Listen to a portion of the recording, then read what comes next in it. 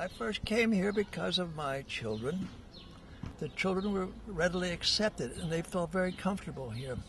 I'm a member of the ethical movement because I believe that everyone has something to contribute to the community, and the ethical movement is about bringing the best out of everyone so that they can give back. So I want to be a part of that and give what I have to offer and help others discover what they have to offer.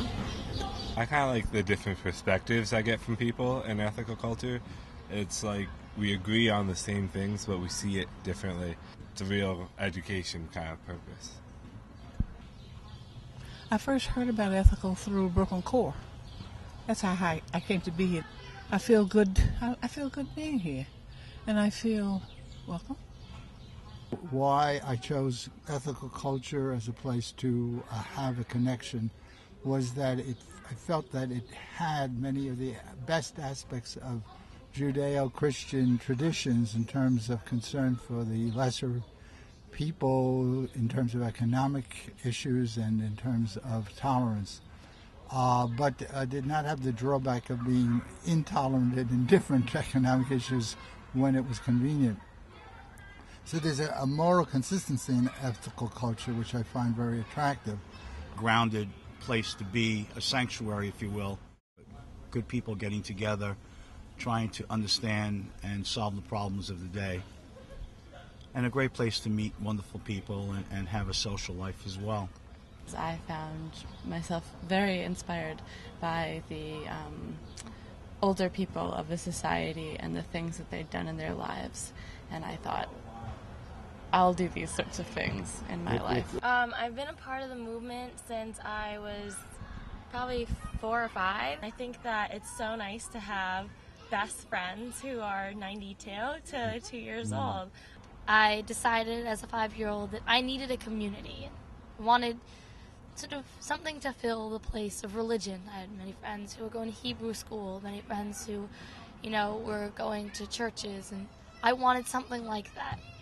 My life, what I do in my creative life and my professional life are all things that definitely come from a place that was founded by my being raised in ethical culture. I teach children and I teach them right from wrong, and every interaction I have with them is in a way that's very like, how is my wording to you going to make you feel better and make you feel like an empowered child? And I feel like those instincts definitely come from ethical culture. Ethical culture to me is a little bit like the ground I'm walking on. It's the stabilizing factors, the strong place within me that speaks to the kind of world I want to live in and the kind of person I want to be. I go to ethical culture with my parents. They're the ones that brought me here. But also because I think it gives me a bigger understanding of the world, like current events, but then also just how to deal with dilemmas that come up in everyday life. I always walk by and I saw this beautiful building, and I was always like fascinated and thinking, what is ethical culture? And then when I have my child, I was looking for like a Sunday school for him and a community. And when I came here, I felt like so welcome that I really want to join and to stay here. And that's what brings me here every Sunday, and it's that sense of community. That it helps us examine our actions in every way throughout the day, not just sitting here in meetings weekly, but in our decision making throughout everyday simple to complex tasks or issues that we're trying to understand. That's a good question. Would I say it's my religion? I would say it's my religion in the sense that it's something that every day I try to abide my life by. Even when I'm not at ethical culture, I try really to do my best and treat people fairly and kindly and to see them for how they want to be seen. So yes, I would say in that sense it is. Yes. In the sense that it's my set of beliefs, yes. It's in my head constantly.